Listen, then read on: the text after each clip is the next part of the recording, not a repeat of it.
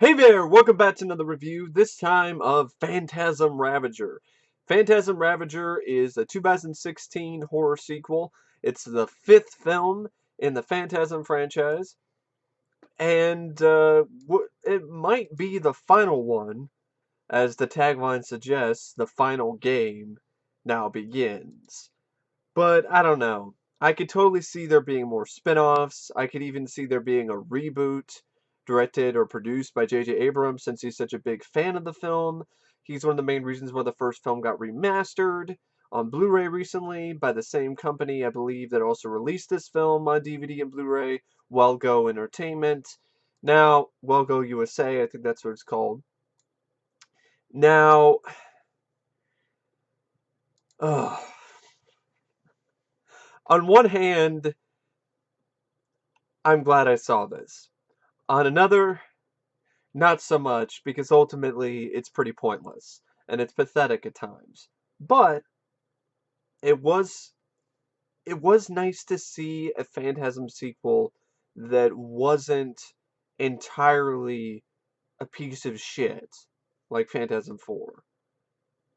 It was nice to see a Phantasm sequel that recaptured some of the energy that the previous films before 4 had. But at the same time, it wasn't so nice to see another Phantasm film that has no closure. It has another open ending, and it's another film that just doesn't answer questions. It doesn't close things up. It doesn't finish the franchise. And I just, I don't know. I've heard people say, oh, well, that's Phantasm. I'm sorry. I think that's an excuse. That's an excuse for Don Coscarelli being lazy and not wanting to write an ending for his franchise, not wanting to do more. But, that's just my personal opinion. But that being said, I am a fan. I really like the first three films. I love the first film. I love the second film. I can enjoy the third movie. I find it to be a bit underrated. The fourth film I hated, and it's admittedly better than Oblivion, but all it takes is an ounce of effort to be better than Oblivion. And to be honest, that's all this film gives you is an ounce of effort. Maybe a little bit more than that, but not much. Not much. Now, Phantasm 4 had like a really low budget, so did this. But unlike Phantasm 4, this actually does have some passion. You can tell that the actors are having fun, that they're glad to be in another Phantasm project. But that can only go so far, because much like Oblivion, the story sucks. The story is shit.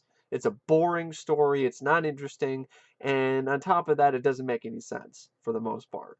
It's delusions within delusions and dimensions and different dimensions and all this other shit. It's confusing. It's a muddled. It's a mess. And just like Oblivion, this is becoming a trend, sadly. It's not even technically a full film either, because this started out as a miniseries called the Reggie Chronicles that was going to be uploaded and posted on the internet, and it didn't get finished. And so the creator of it, David Hartman, who directed this film, who also helped write it along with Don Coscarelli, he decided, okay, let's take some of this miniseries stuff, this web series stuff that I shot, let's splice it together and then shoot a few scenes and then try to create a movie out of it. And that's not how you make a movie. You don't make a movie out of like some web miniseries. You make a movie with a screenplay. You already have a script together. You don't make a movie by cobbling some web series episodes together and then shooting some other stuff and saying, oh, fuck it, let's see if this works. That's not how you make a film. This is a prime example of that. That's why the narrative is all over the place. That's why the narrative is completely off kilter. So anyway, the film is directed by David Hartman. This is the first film in the Phantasm franchise that is not directed by Don Coscarelli. And while that's kind of refreshing in one aspect, because Don definitely didn't deliver his A game with 4, but at the same time, you can tell that David Hartman isn't really a great director. he's okay, but you can tell that this is a guy who's, let's just say, he's not used to getting the most out of his budget like Don is. There are a few moments here and there where it has some fluidity to it and has some nice energy to the direction, but other than that, it's fairly unimpressive. And he helped write it along with Don Coscarelli. And Angus Scrimm, he returns as the tall man, and this is the last on-screen performance by Angus Scrimm, not Scream, but he does make you scream sometimes because does such a great job being this creepy character in the Tall Man. This is Angus Scrimm's last performance before he passed away, and I think he does a good job. You know, he it was a good way for him to go out. I just wished that it was in a better film. He was not the problem at all. He never has been the problem. He was even good in Phantasm 4. You also have A. Michael Baldwin, who returns as Mike. A. Michael Baldwin really surprised me in this. It's somehow, some way, he managed to recapture that energy and that charisma that he had when he was a kid, while he was in Phantasm in the first movie. He managed to actually recapture that, and he was unable to do that for some reason in 3 and 4. But here, he recaptured some of that. I think it's because he had more fun with the film or something. I don't know what it was, but it was really refreshing because this is actually a pretty good performance. I thought this is the best performance by A. Michael Baldwin since the first film when he was a kid. Reggie Bannister returns as Reggie, and just like a lot of the other previous films, he steals the show. But unlike 4, he's not inconsistent. In 4, there are some scenes where his performance is honestly not very good. Here, it's very consistent throughout. In fact, I honestly would make the argument this is the best acting performance by Reggie Bannister is in this film. It's a great performance. Bill Thornbury is also in it again as Jody. I don't know why. It doesn't make any sense. So that he was dead, but apparently he's dead in this particular dimension that was in the last film, but he's alive in some other one. I'm not even. I'll get into that later. I don't want to start with that right now. I really don't. Kathy Lester has a cameo as the lady in lavender. She's actually in this. She wasn't the nurse in part 3. Someone actually pointed that out to me, and I appreciate that. See, I'm not perfect. I make mistakes. Um, but she is in this as the Lady in Lavender again, which is nice to see. It was a nice little fun cameo, a nice callback for the fans. And you also have Gloria Lynne Henry has a little bit of a cameo as Rocky. I wish she was in it more over this character played by a dwarf actor the character's name is Chunk, which is annoying. I really wish she was in it more over that character, but that's just me personally. But I thought it was kind of frustrating. It's like you have Rocky, she's back, and she's just in an end credit sequence. Kind of reminded me of Curse of Chucky. Now it's nowhere near as bad as Curse of Chucky, that's for sure. But it did kind of remind me of Curse of Chucky and that whole sort of thing where, oh cool, Rocky, but she's barely in it. She was only in an end credit scene.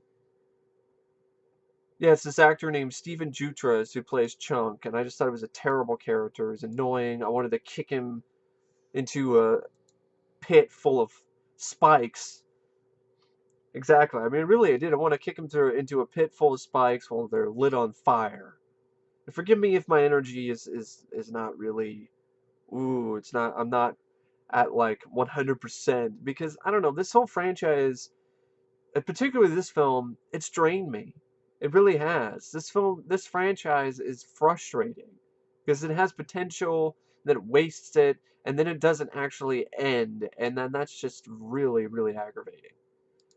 But anyway, there's also a few other actors and actresses, but really not much. Cody plays Dawn slash Jane, and she has a little bit of charisma. She's kind of a likable character, but she's not the best actress. But there's something about that character that I liked, but she wasn't in the film that much. In fact, she just basically gets her neck snapped later. Her character basically dies twice in the film. So the movie runs for about 85 minutes, and for the most part, I'll give the film this. It's got better pacing than 4. But once again, just like I said, it doesn't take that much to be better than 4 on any aspect. So, it's not saying much. But there were a few times where it got a little bit, I don't know, it's just hard for me to follow the story. And then it gave me a case of I don't give a fuck-itis. Because I don't give a fuck. I don't give a fuck. Especially when you find out that there's like tens of thousands of tall men in all these different dimensions. Completely defeats the purpose of any story they're trying to tell here. It just it just makes it that so every single thing is pointless because there's always going to be another tall man. So why even bother trying to stop the tall man? Because you're never going to be able to stop him. It's a self-defeating prophecy. It's just completely ridiculous. Yeah, it may not be something you've seen very often, but for good reason. Because what kind of person in their right mind would write a franchise and then have the lead villain be completely unstoppable? Be this character who you cannot, under any circumstances, stop. Because he will, there's no defeating him. Because there's tens of thousands of them. So that just makes any battle against this character completely pointless. No matter what dimension it is. There's also a score by Christopher L. Stone who comes back and does the score. And it's there. It's fun to hear the Phantasm theme again, but there really isn't anything much in terms of a new score. But, it is what it is. And then we get to the plot, which, like I said, it's a giant case of I don't give a fuck itis, except for like one instance. So the film opens up with Reggie getting out of the portal that he went into at the end of Phantasm 4. He's now in the desert, and some jackass stole his Hemikuta. He ends up getting it back in a fun scene. And then you have a pretty cool... the film actually opens up a little bit of an introduction to Reggie and his character, and then the opening credits and stuff. And then you get a fun scene that I did enjoy. This is one of the few scenes in the film that I have to admit I liked. Reggie's in his Hemikuta. He gets it back from this fat fuck. And two spheres start chasing after him. So it becomes a little bit of a chase between two of these sentinels versus Reggie and his Kuda. And he's shooting out the back of the window, shooting at the spheres. And it's fun. It's good fun. One negative, though, is that it's CGI. The spheres are CGI. And it's not a very good effect. But, that was a fun little scene. I did enjoy that. But then it just completely starts to go off the rails because now the film starts cutting back and forth from these different delusions or dimensions where Reggie is a part of, which is just confusing and frustrating. So you have this stuff in the desert, and then it randomly cuts to, oh, Reggie's in some nursing home, and Mike is still alive, and he's there, and he's talking to him, and apparently Reggie has dementia. And I'm like, what the fuck is this? And then I'm like, damn it, Dawn, or damn it, David. Fuck you. Fuck off, David. Seriously, with this bullshit. And then if you think that's bad enough, then you have another thing that's introduced later. You think, okay, oh, all this is in his head. It's all dementia. The stuff in the desert, all this other stuff is just dementia. No. Then it's like, oh no, he was caught, he was trapped by the tall man after he got out of the desert. And now Earth has been taken over by the tall man and the lurkers, and he's unleashed this deadly virus which causes people's heads to explode. And now it's a post-apocalyptic future. And Mike is essentially the John Connor. And to be honest, as much as it is in a lot of ways a Terminator knockoff, I kind of had fun with this idea of the Phantasm characters in a post-apocalyptic future fighting off the tall man and his minions. It was kind of a cool, potentially cool idea. But they don't do much with it. That's what I'm saying. That's what's so frustrating about this film. This film probably pisses me off the most out of all of these sequels. Even more than 4. Because it has potential and it just wastes it completely. The whole movie should have just been the post-apocalyptic future. And have Reggie and Mike and Jody teaming up and Rocky joining in and kicking some ass. That's really what the movie should have been. And yeah, it could have been a low budget, and I could have dealt with that. Because some of the most fun I had is the moment when Reggie and Mike are shooting guns side by side, killing some lurkers. I thought that was a badass moment. That was a crowd pleasing moment. But there wasn't enough of that because the film kept dicking you around. It's like in Phantasm 4, it dicked you around with all these different dimensions. This dimension hopping bullshit. This one, it's delusions or dimensions that we see from Reggie's point of view. I mean, there's so many of these delusions within delusions that it makes your head spin 360 degrees, and it spins around so fast and so many times that it snaps off your head and then spins around the damn room. That's how many times this movie fucks you with these fucking delusions. There'll be a moment where it's in the middle of an action sequence or some kind of tense moment in this post-apocalyptic future, and then it'll randomly cut to Reggie back in the fucking nursing home or some shit. I'm like, what the fuck is this? Like, what are you doing here? And then there'll be another scene that'll cut back to Reggie dying on the hospital bed. Yeah, I wanted to see that. Yeah, what probably and more than likely be the last Phantasm film that Reggie Bannister will ever probably be in. In one of these scenes, his character dies. Yeah, I really wanted to see that. No, I can't think of any Phantasm fan who's like, yeah, I wanted to see Reggie die. That's totally a scene I wanted to see. Ridiculous. What the hell is going on here? I don't. It's why? Why does this franchise have to keep fucking with me so much with this just nonsensical fucking narrative? So, just when you think you might have figured things out, you don't. You haven't figured it out because it's still left with some kind of open ending. So, the story is a big negative for me. It's a huge flaw.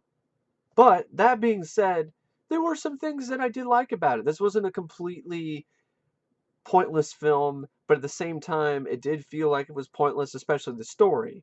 But there were things about it that I did like, that did make it worth watching. Reggie Bannister's performance, A. Michael Baldwin. It was fun to see Rocky again. Angus Scrimm does a great job with the few scenes that he has. There's some nice little fun moments with some of the spheres, like the car chase in the beginning, and the film is admittedly probably the bloodiest out of the entire franchise because there's a lot of scenes where the spheres latch onto people's heads and drill through them and spurt blood out of the top of their heads. So, okay, all right. So there's some fun bits of gore, but there's also a lot of boring shit and that just makes you yawn and just it's tired. And it's a tired franchise. This is a prime example of a franchise that's running on fumes.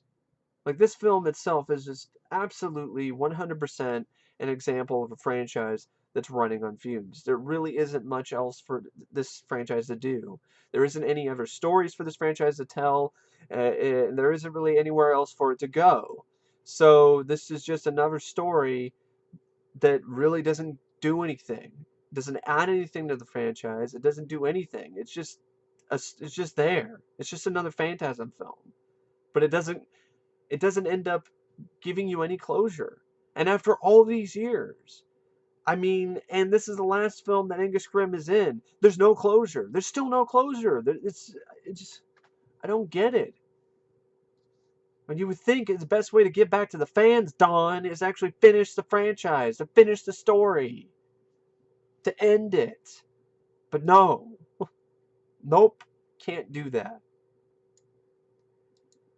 And also, another negative for me is without a doubt the effects. There's some decent practical effects here and there, but they aren't that great.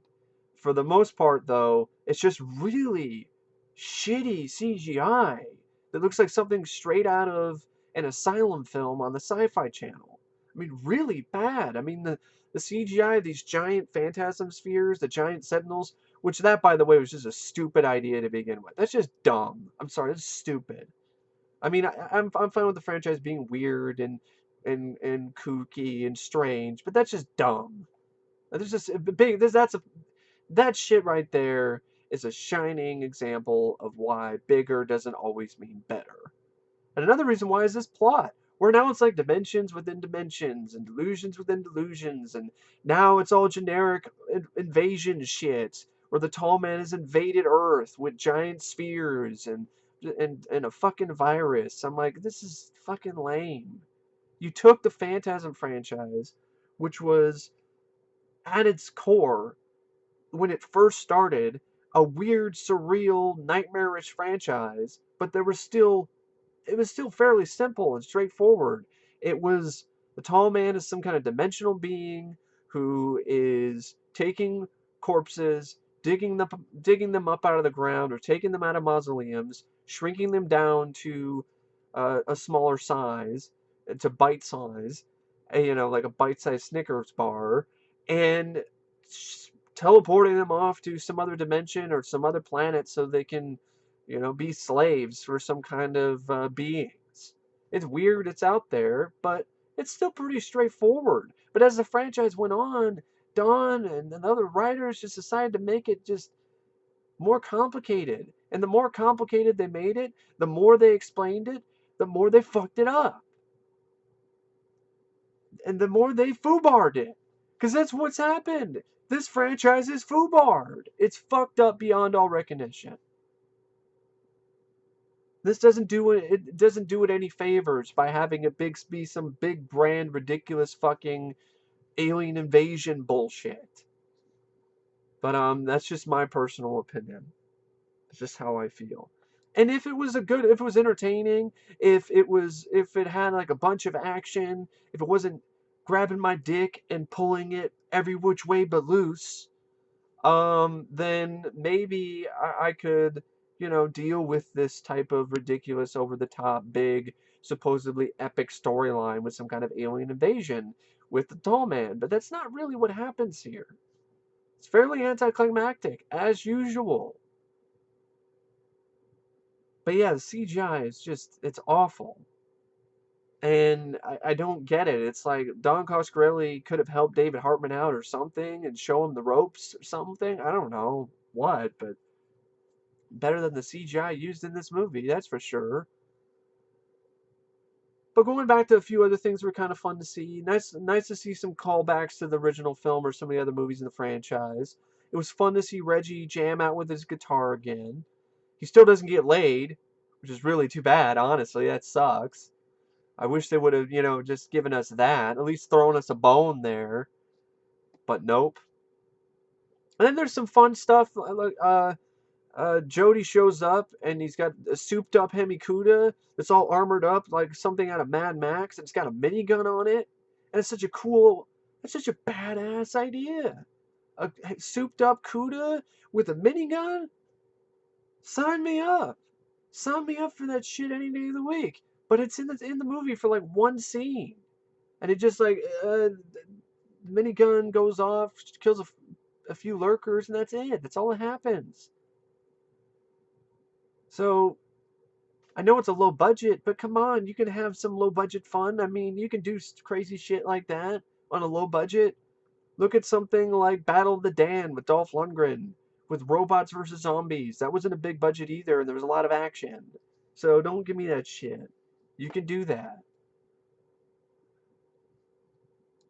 But, and also there's some awful green screen in this, or blue screen, or whatever it was, because you could totally tell that the Angus Scrimm or Reggie Bannister were not at all in this world because it was clearly a green screen effect. It's like they didn't even do a good job covering up the screening. It just looks cheap. This looks cheaper than 4 at times. And that's insane. That's insanity to me. I can't even believe I'm even saying that. Yeah, it does. It looks cheaper than 4 at times. It's crazy.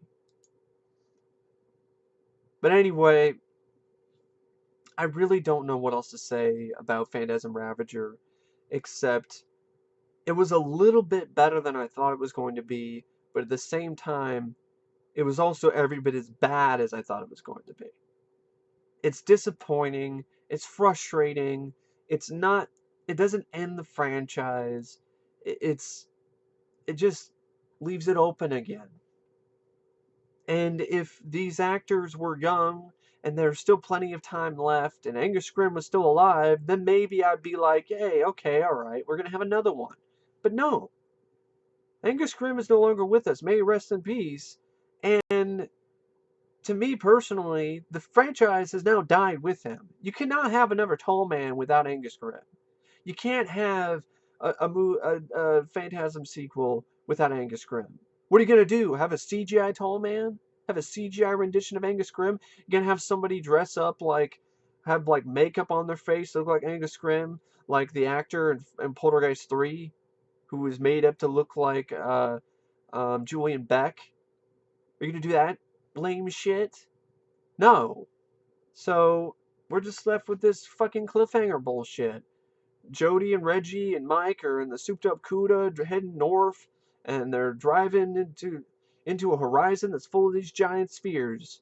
These giant balls. These two fucking swinging balls. They might as well be two swinging sweaty ball sacks. Just smacking you in the face. Because that's pretty much what this franchise is doing now. It's dicking you around. So, yeah, that's my thoughts on Phantasm Ravager. Um, I don't know what else to say except it's rated out of 5 stars. I give it 2 out of 5 stars. It's your typical below average movie. It's a step up from Phantasm 4, but like I said, that's not saying much, and it's not a film I have any desire ever to watch again. It's got a terrible flow to it. The pacing is. There are times where it goes fast, and then it goes really slow, and then it goes fast again, and it stops and it starts, and it's very, very irritating. And the delusions within delusions can fuck off, because that just pissed me off. It really pissed me off. But I mean, even the Phantasm rap or whatever at the end is extremely low quality and pathetic. Just like the pathetic CGI effects in this movie. I mean, you can't even understand what the guy is rapping about. You hear the Phantasm theme, some kind of remix version of it, and then there's this guy going. I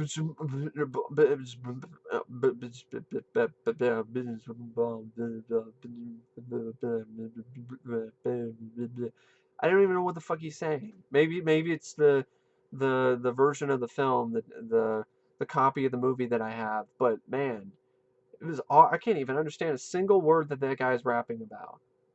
The sound quality is atrocious. Probably wouldn't want to hear it anyway, because it's probably shit. But anyway, if you're a fan of the franchise, I guess it's worth one watch. But even if you are a fan, I mean, you could just skip it because you're not missing anything. Because in the long run, it's pointless. It's a pointless sequel because it's kind of a sequel, but kind of not. I guess it is. It is a sequel, but it's more of a mini series that they threw in some extra footage in to make it a sequel. This is just stop doing this. If you're gonna make another Phantasm film, write a script and film the movie and shoot the film based on the script. Don't have some fucking other footage that is not the script that you're working with and then write another script and try to make the two work. Don't do that shit, please. That's like this is like shoving a square peg into a round hole. It doesn't work. Just stop. And to be honest, I'm done with the Phantasm films. No more. No more. I'm through. I'm finished. I'm done. But I hope you guys enjoyed this review and a little bit of a rant. And as always, I will see you guys later. See ya.